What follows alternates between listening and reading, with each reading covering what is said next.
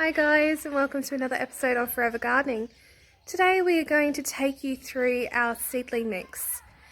First of all, you're going to need to get your supplies.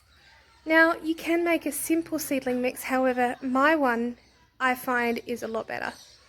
So, what I use is these core peat bricks. So, I normally get 2 of those. Then I also use half a bag of mushroom compost, half a bag of compost, so normally about 10 litres because I use my own. Then I use normally about a kilo's worth of vegetable loam. So this mix will normally do you about 200 to 300 small seedling pots, so they're about that big. Another great thing to actually have when you're doing all this is to actually get one of these tubs.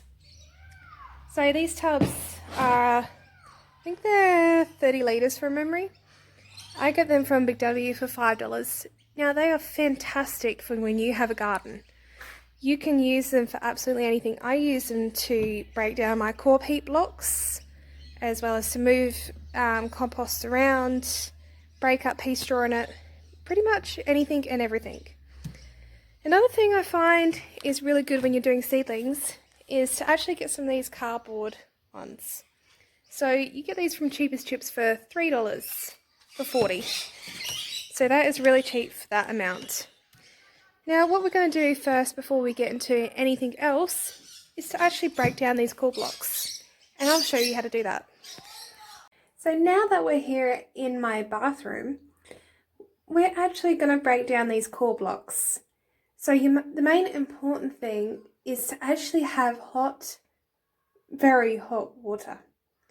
So you can do it with cold water, however it takes a lot longer. So what I've done is I've put these 2 core blocks in the bottom here. Now we don't have a bath or anything, so we're just using one of these attachable hoses. So we're going to turn on this hot water and we're going to put it straight on here.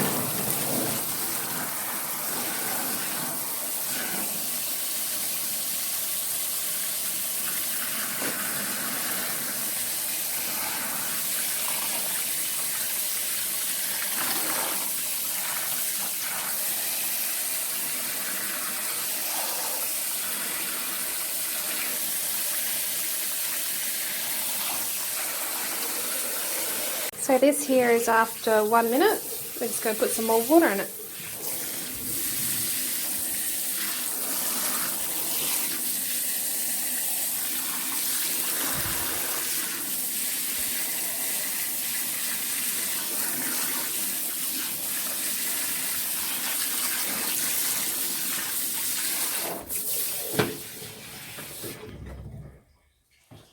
Right.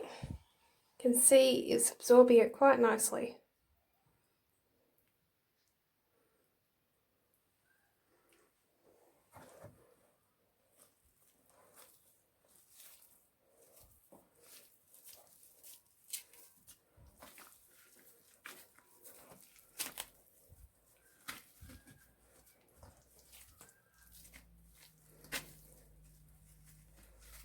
So it's important with this one to make sure you do break it up. Now if your hands aren't used to this type of heat, do put some garden gloves on, because we do not want you to get burnt hands. See?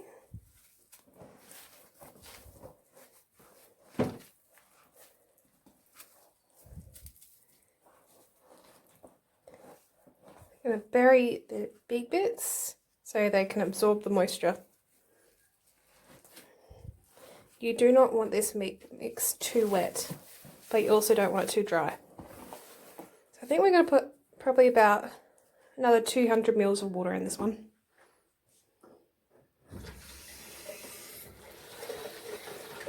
Let the water heat up quite well again.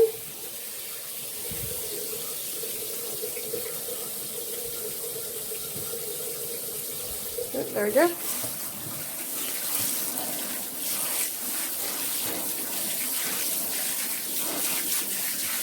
And that will do it. Make sure to clean up your mess in your bathroom.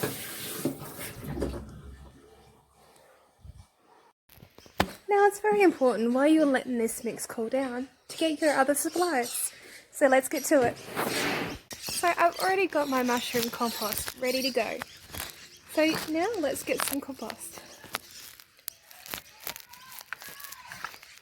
So we need equal amounts of each. I find it's better that way. 1 Mississippi-o, 2 Mississippi-o, 3 Mississippi-o, 4, 5 Mississippi-o, 6 Mississippi-o, 8 Mississippi-o.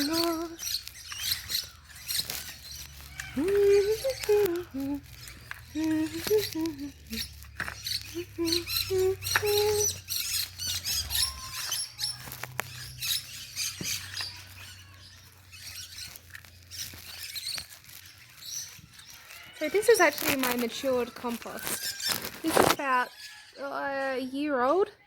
It's not the best in the world, but it's also not the worst.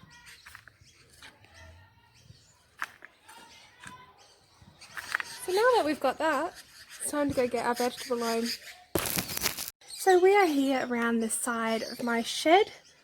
That is where I actually keep my vegetable loam, in these big barrels. That way I can actually control the environment that they're in. So I put the lids on, twist the cap on, and they're all set. Now this is also home to my new compost bins. So that one's about 2 months old. This one I just bought the other day, and I've got one around the side I've still got to bring in. And my worm farms are over here. But that's not important. Alright, before we put the vegetable loam in, we need to mix this one up.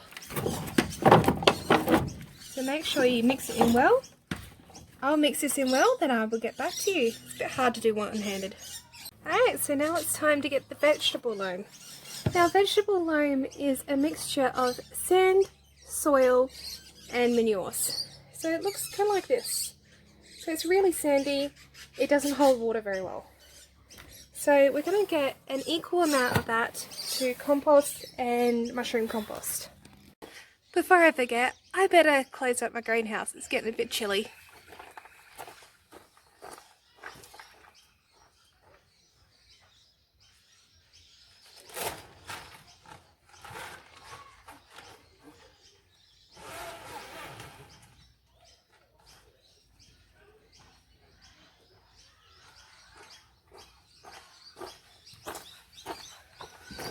Now when you're doing this type of amount of seedling mix, sometimes it's just easier than using a bucket to just tip it out and shovel it all in.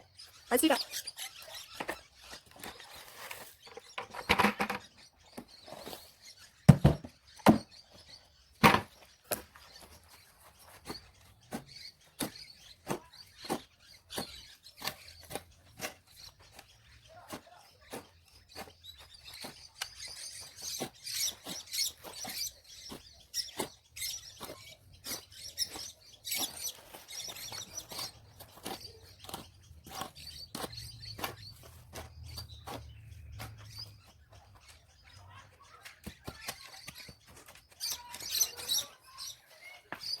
Now that's all mixed up, it's time to put it in the bucket. So once you've mixed it up, this is the lovely mixture that you get.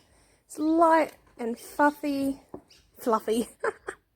and full of nutrients. So what you need to be able to do is you need to be able to squeeze it in your hand and let go, and it's still shapen but can be broken up easily. So that's exactly what that's like. Just take out the big bits, chuck them out to the birds love it. And let's get into potting.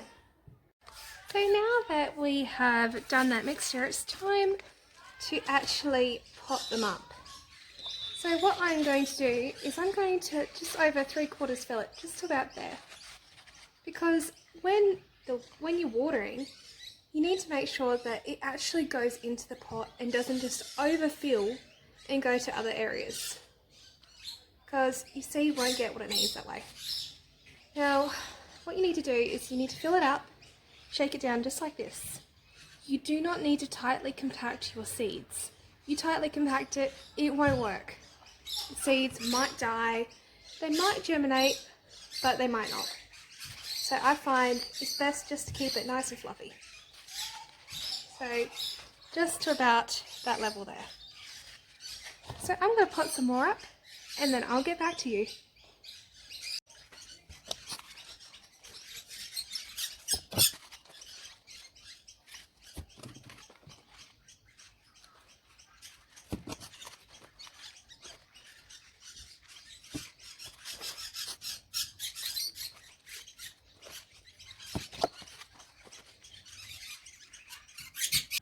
another option is these seedling trays. These trays can be quite useful. It is quite easy to get the seedlings out.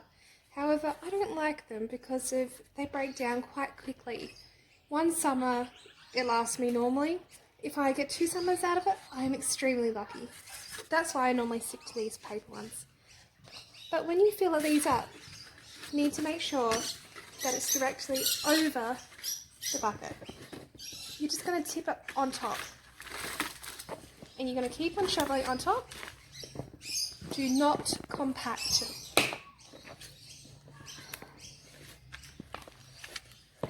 Right.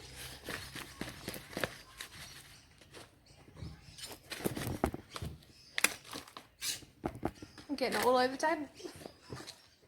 Alright, then you're just going to scrape it off with the back of the shovel. Wiggle it around and not overfilled. And that's how you fill up one of these buckets. Now people might wonder what I do with all my excess seedlings. Well, that's simple. I either give them away to friends, put them on the grow free cart, or put them up for sale. Most of the time it's just a grow free cart in my local area, or I give them away to friends. Time for this to go on the floor so we can get to the next step. There is still a lot left.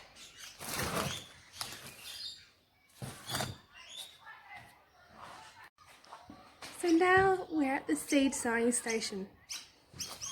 So what we're going to do is we're going to plant some sunflower seeds. These are my own produce from last year. So we've got the Sun King, we've got the grey striped sunflower, which is also called Giant Russian and the Mammoth Grey. There are so many different names for each plant, that's why botanical names are so important. A newcomer to the games that I actually bought from Mr. Fothergill's is the Sunflower Solar Flash F1. So if I can grow these successfully, I will actually plant them and give away the seeds next year. Now, a side note to planting sunflowers is to actually plant them horizontally, not vertically. So what I mean by that is, see it like that, I turn it on its side. And then just slightly push it down into the soil. I only bury it about 5 millimeters deep. Some people say to plant it twice the depth of your finger, but I find I don't like it that way because there's a chance it might not just come up. So you just plant it 5 millimeters deep and do it that way.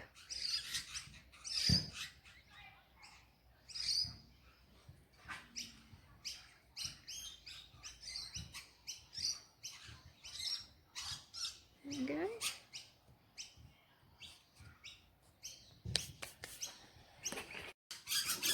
Now I plant 2 seeds per segment. So just put them down, cover them up, and do the same for the next one. With the Sun King, it doesn't matter so much to plant them horizontally, but with the Giant Russians, I find it does. Because as you'll see, Sun King are a lot more round than anything. So put 2 segments in. See, very light. And just cover it up and do the same. And now it's time for the solar flash. It's like, you just automatically think of the sonic flash when you hear that, don't you? So weird. Alright, I'm really curious to see what these seeds look like. I think they'd just be like a normal sunflower, but it might not be. Huh. They are actually a lot smaller than I anticipated. So that there is the Solar Flash F1 sunflower seed.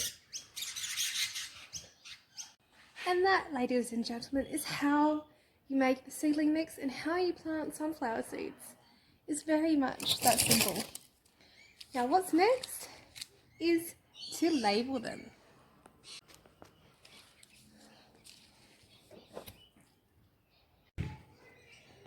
And boom, all labelled. ready to germinate, ready in time for spring and summer. This has been another episode on Forever Gardening. Thank you and happy gardening.